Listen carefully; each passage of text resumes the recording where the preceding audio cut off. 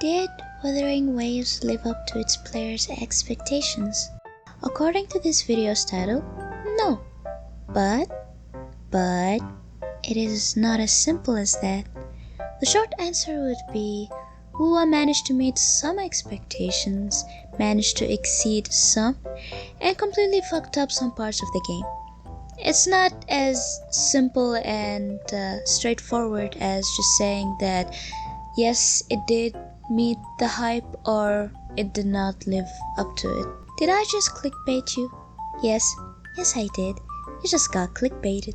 You got clickbaited and there's absolutely nothing you can do about it. You can't even click off this video anymore. It's physically impossible. Trust me, I checked. So might as well stick to the end of it and listen to what I have to say. Okay? Okay.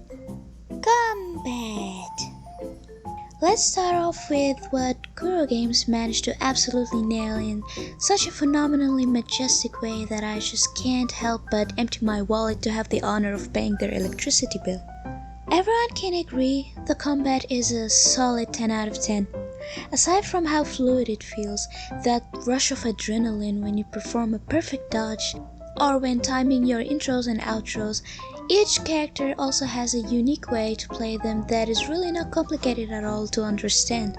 Now, I will admit, I've only heard of Wuwa some couple months ago, but I am familiar with Kuro Games' previous title, Punishing Grey Raven. I remember trying out PGR for the first time 2 years ago after I heard a few YouTubers mention it, and I was just blown away by how fun the combat felt. When I heard that Wuwa was in development, I got very excited knowing that Kuro Games excels when it comes to developing fun and engaging combat.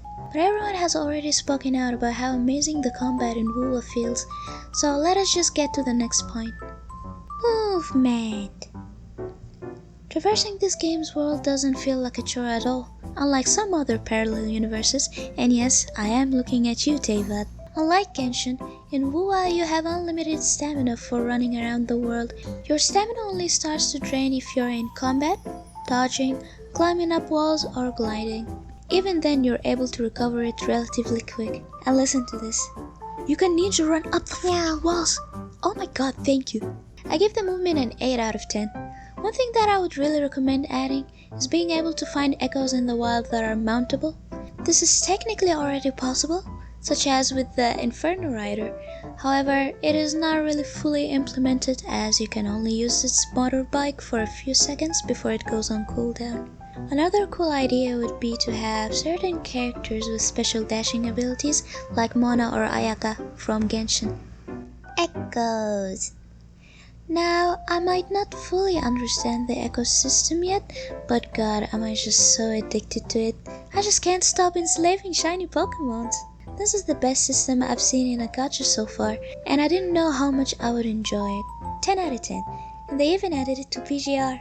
Last time I played it, they didn't have such a thing, but I definitely think Wuwa's version is better. Enemies. I think the enemy designs are absolutely fantastic. They perfectly fit the mystique and edginess of Wuwa. That goes hard, especially for the bosses. Bosses like Scar, Thundering Mephis, that cool lady with the hand wings.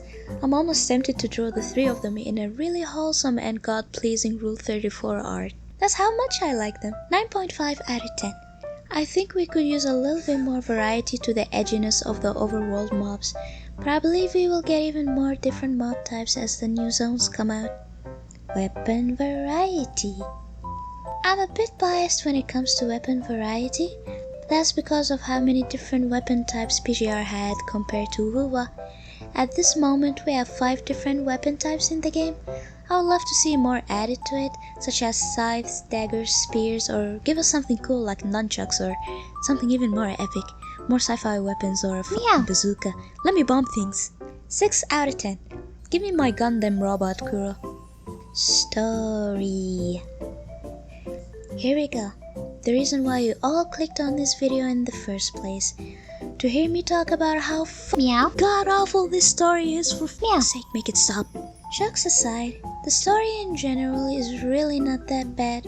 I can see how much work they put into their world building, but god, there is just way too much unnecessary exposition for things that aren't really important to the main story aside from, hey, I know you didn't ask for this information, nor is it of any importance, but here is a heavily scientific fact about the lore. At some point I found myself just quickly skimming through these parts or straight up just skipping them until something actually relevant happens or Scar shows up again to feed me propaganda about how the moon landing was fake and the earth is actually flat. I don't know guys, he might be onto something. I just feel like all of this extra information could have just been added to the grand library in Jinzhou, so that anyone who is interested in the lore and all the complicated nerdy stuff can go ahead and read it there. My attention span cannot take all of this information. The voice acting has also done this story really dirty.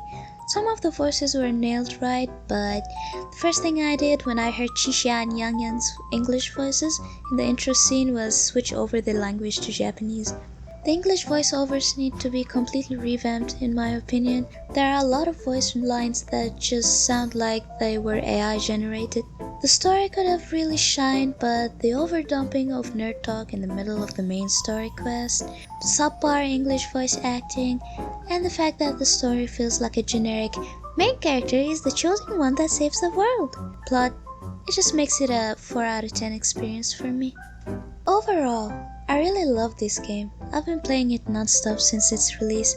The devs are clearly listening to player feedback and sending speedy fixes to reported bugs and major issues. It has been roughly 48 hours since the release at the time of making this video, and we have currently received 10 pulls for the standard banner, 20 pulls for the limited banner, and we will be getting a free 5-star selector as compensation for the current issues that are being fixed in game. Genshin really could never. Thank you for making it to the end of this video. I'm giving this YouTube thing another go, so please subscribe if you want to hear me squeak more.